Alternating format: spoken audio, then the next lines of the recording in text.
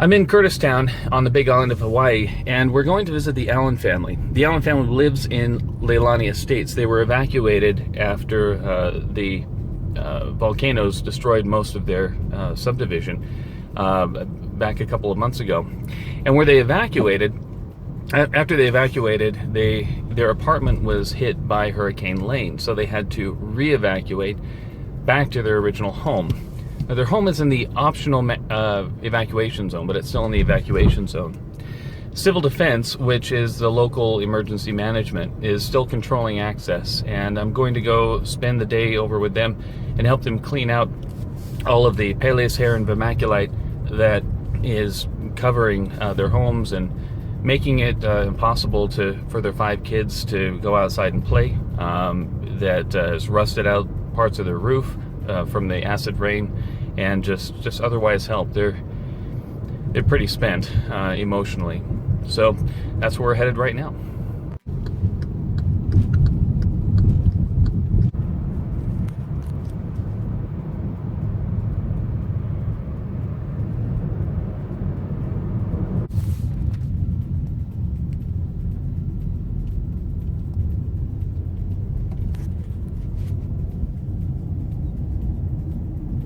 Forest is so cool.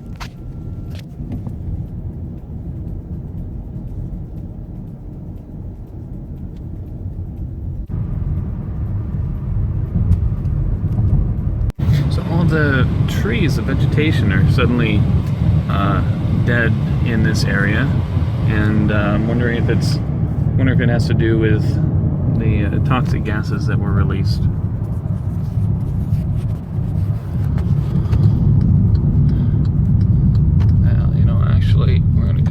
This way. So this is the checkpoint. I'm waiting for somebody to come in, and I'm just going to run over and see if they'll let me in and wait.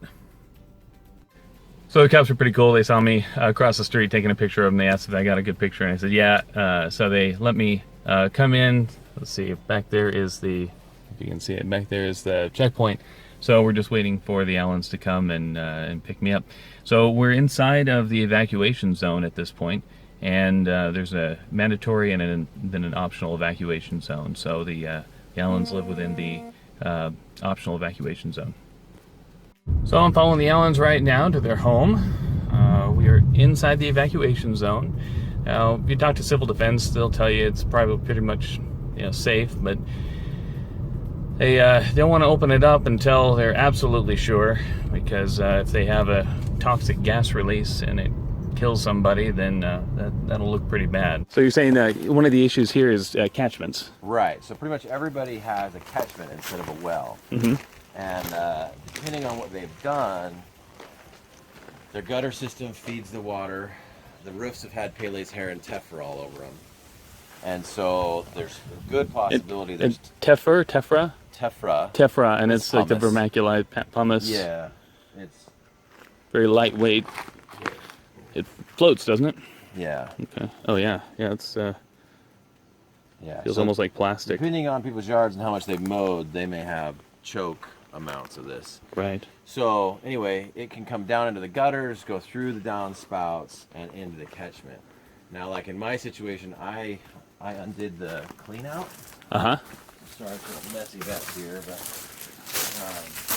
so early on I popped this off, so none of that should be making it in there except for what might have made it through my cover. Uh-huh. But if they didn't do this, the inside of the catchment's going to be completely full of basically glass.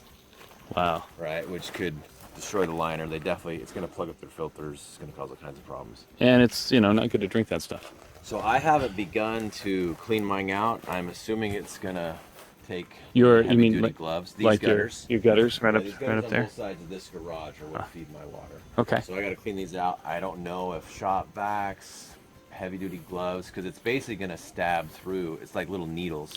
I brought some PVC gloves, like pretty heavy-duty, and they go up to not quite the elbow, but they're.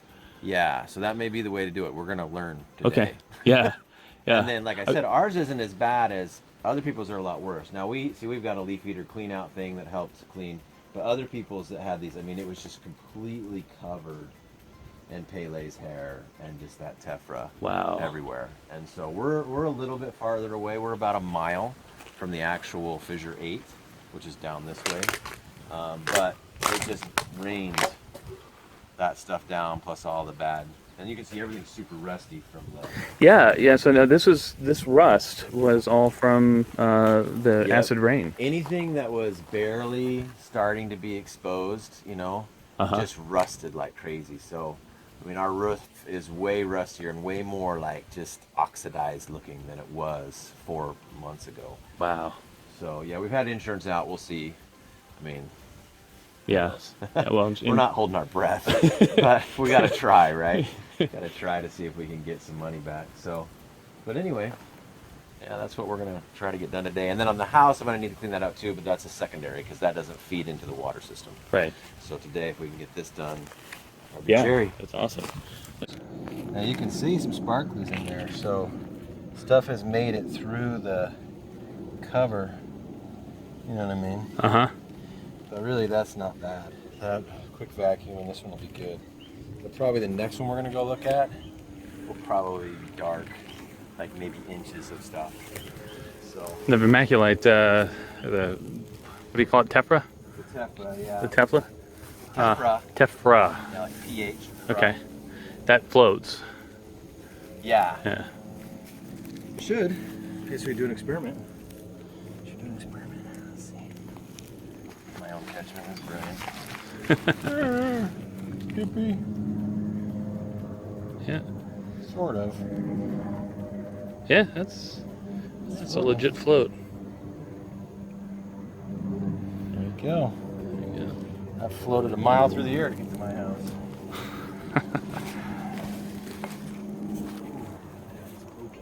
Oh, it's hard to see, but there's a little strand of Pele's hair right there. It's hard to see. Find one? Yeah, this is a coqui frog, and they are incredibly loud at night. I think they're about 120 decibels. Yeah, they are so loud. It's insane. So we're at these guys. Hopefully they'll be sufficient for cleaning out the gutters. We set up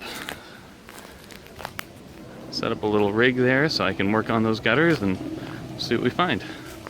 Tell you what, man, that was pretty nerve-wracking.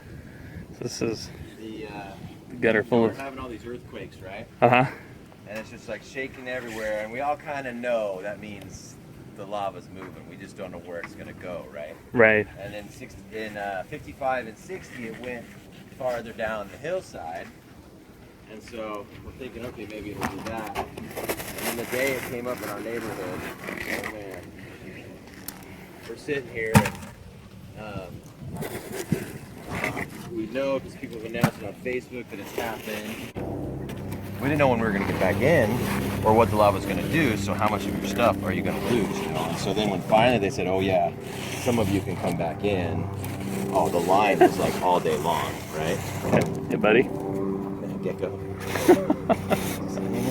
Just chilling out. What's up, man? Oh, that's cool too. You can catch a ride. Well, is this your first time to Hawaii? This is my first time to Hawaii. Well, welcome to Hawaii. Thanks. It's the only time that I'm a lousy tourist. Yeah. Like I only show up when like something bad's happened. Yeah. So we're really lucky that he's got a pressure washer and water. So getting a pressure washer to most of these homes is a challenge because they're not hooked up to municipal water. They just got catchments and their own pump. So, you know, in many respects, these guys are lucky that we're able to do this.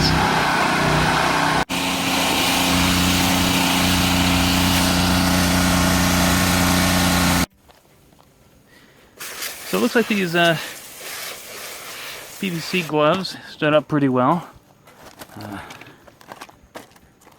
No problems, no slivers. So this is the mandatory evacuation zone.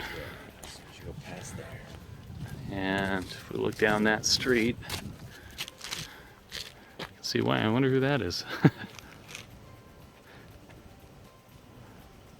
comes a car, and there's the mountain of lava. So there used to be a river of lava going from right to left. You can just see it like go by. Paint that you'll see on the road is actually where they painted the cracks that started forming. And so it was so they could keep a track of them to see if they were expanding or not. And this road is actually in pretty good shape. A bunch of the roads are completely cracked open. So technically we're driving over, the lava went underneath here. So we're driving literally on top of a lava tube right now. Yep. And if we go straight that way and follow those diagonal cracks, we'll hit a fissure where the lava is spewing out. Yep. Yeah, so that it is went crazy. Diagonally right through the whole neighborhood. And then certain areas, no lava came out, but the road cracked far enough apart that you can't drive across it. So here's some more cracks. So this road is not too bad. Yeah. So this is another set of cracks, and you can see that's where it cracked. And then up here, that's where you have all the Tephra. And this is after several rainstorms. Yeah. All right. So a lot of that's been washed out, but their gutters are totally full. And then on the grass, on the tall grass, you got Pele's hair that's just, whiffing around, right? Yeah, and so this thing, like, you take a weed eater to it and it just flings the Pele's hair into you like a bullet. Feels horrible. So, not sure what outfit you wear. And so now you see a lot of dead scrub. Is that because of the all the gases. The gases coming out. Yeah, and this actually is fairly green here. If you get on the mandatory evacuated side, it's really dead. And a lot of this, amazingly, is coming back. Like, it was not this green just a month ago. So, all right, now we'll head over to my buddy's house. Yeah, look at all these cracks from the earthquakes and.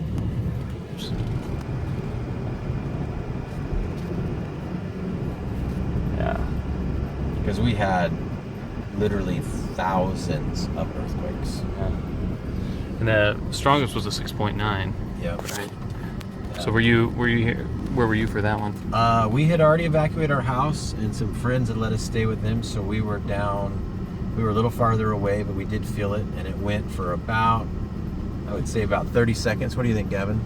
The earthquake at Tara's house. That one was crazy. We were on the second story of a house, like.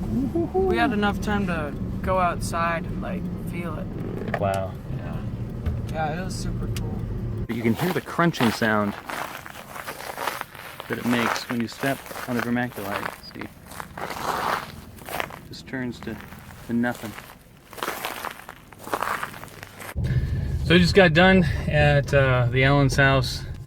Anyway, great family, and it was really fun to help them out and see what this is all about.